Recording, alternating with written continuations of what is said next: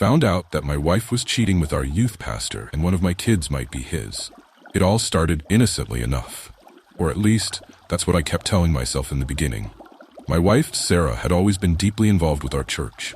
I admired her dedication, the way she'd light up when she spoke about the congregation, and how much she loved teaching the Sunday school class. We had 2 kids together, Jacob, our 7-year-old son, and our newborn daughter, Lily, just 4 months old. Jacob was enrolled in the youth group, led by Pastor Ben. He adored Pastor Ben, looked up to him in fact, and Sarah couldn't stop talking about what a great influence Ben was on him. It was all fine at first. I mean, this was church, right? What harm could come from that? But over time, things started to shift. Sarah spent more and more time at church, volunteering for extra events, signing up for every committee, and going on youth retreats that took up entire weekends. At first, I thought she just committed, but as the weeks went by, it became clear something was off. She stopped being present with me. We hadn't been intimate in months, and whenever I asked her if something was wrong, she'd brush me off, saying she was just tired or stressed with the kids, especially with Lily being so young. I bought it. I mean, taking care of a baby and a 7-year-old is hard, but deep down, I knew there was more to it. And then there was Ben. Pastor Ben was young, charismatic, and seemed to have this magnetic pull on everyone at church. The youth loved him, parents admired him, and Sarah seemed especially taken with him. I noticed the way her face lit up when she talked about him, the inside jokes they shared, and the constant texting. At first, I chalked it up to friendly banter. He was her pastor after all. But then it started getting weird. Late-night texts that I knew weren't just about church business. I started feeling uneasy, but I pushed it away. It's just church, I told myself. There's nothing going on. But deep down, the suspicions began to grow, especially as Sarah grew more distant. One night, I came across a message on her phone that made my blood run cold. It wasn't explicit, but it was clear there was more going on than just friendly conversation. She was sharing things with Ben that she wasn't sharing with me. I confronted Sarah that night. She denied everything, said I was overreacting, and that Ben was just a good friend who was helping her through the stress of motherhood. She had tears in her eyes, and for a moment, I wanted to believe her. But then the doubts came rushing back, especially about Lily. Our daughter had only been born 4 months ago, and I couldn't shake the thought that something was off. Could Lily even be mine? That thought consumed me for days. The idea that my wife could be having an affair with the youth pastor was bad enough, but the possibility that our newborn daughter might not even be mine? It was unbearable. So I did what I never thought I'd do. I had a paternity test done behind Sarah's back. Those weeks were the longest of my life. Every time I looked at Lily, I wondered if I was looking at another man's child. My mind raced, replaying the past year and how close Sarah had grown to Ben. Could it be? Was I raising another man's baby?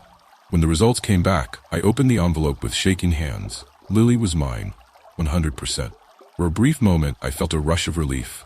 But the truth about Sarah and Ben still hung over me like a dark cloud. The paternity test answered one question, but it didn't solve the real problem. Sarah was lying to me, and I needed proof. The breaking point came one evening after Jacob's youth group meeting. I'd gone to pick him up, but when I got there, the other kids had already left. I saw Sarah and Ben alone in the youth room, standing too close for comfort. Ben's hand brushed against her back, and I froze, hidden behind the door. It wasn't an accident. It was intimate. I knew then that my worst fears were true. I confronted her when we got home.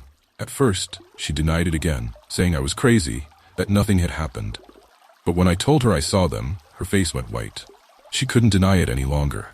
She broke down, admitting that things had gotten too close with Ben, but swore it wasn't physical. I didn't believe her. I couldn't. I decided to take matters into my own hands. The next Sunday, I went straight to the church elders and laid everything out. Sarah's affair with Ben, the inappropriate relationship that had been brewing behind the scenes. The elders were furious. Ben, the golden boy of the church, had crossed a line no one could have imagined. He was immediately suspended, pending a full investigation. Word spread like wildfire through the congregation, and soon enough, the entire community knew about the scandal. Ben tried to salvage what was left of his reputation, standing in front of the church during a special meeting, tearfully apologizing and asking for forgiveness. But the damage was done. His charm had no effect anymore. The congregation turned their backs on him, shunning him completely. His career as a pastor was over, his reputation in ruins. As for Sarah, the fallout hit her even harder. Our marriage was in tatters, and she was left humiliated in front of the entire church. The woman who had once been seen as a pillar of the community was now a pariah, avoided by everyone who used to call her a friend. She begged for my forgiveness, saying it was a mistake, that she never meant for things to go that far. But I couldn't find it in myself to forgive her. Not after the lies, the betrayal, and the destruction she had caused to our family.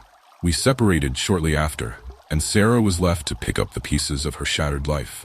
We have joint custody of the kids, but they have been with me more than her, as she tries to settle into a new normal. My kids were the only good things to come out of this mess. Sarah tried to rebuild her life, but the scars from her affair with Ben have never fully healed. In the end, they both got what they deserved. Ben was shunned by the church, and Sarah was left humbled and humiliated, paying the price for the choices she made. As for me, I have moved on, raising my children and rebuilding a life without the lies. If you are still here, thanks for listening to today's story of betrayal. If you're interested in similar stories, please subscribe, like, and share.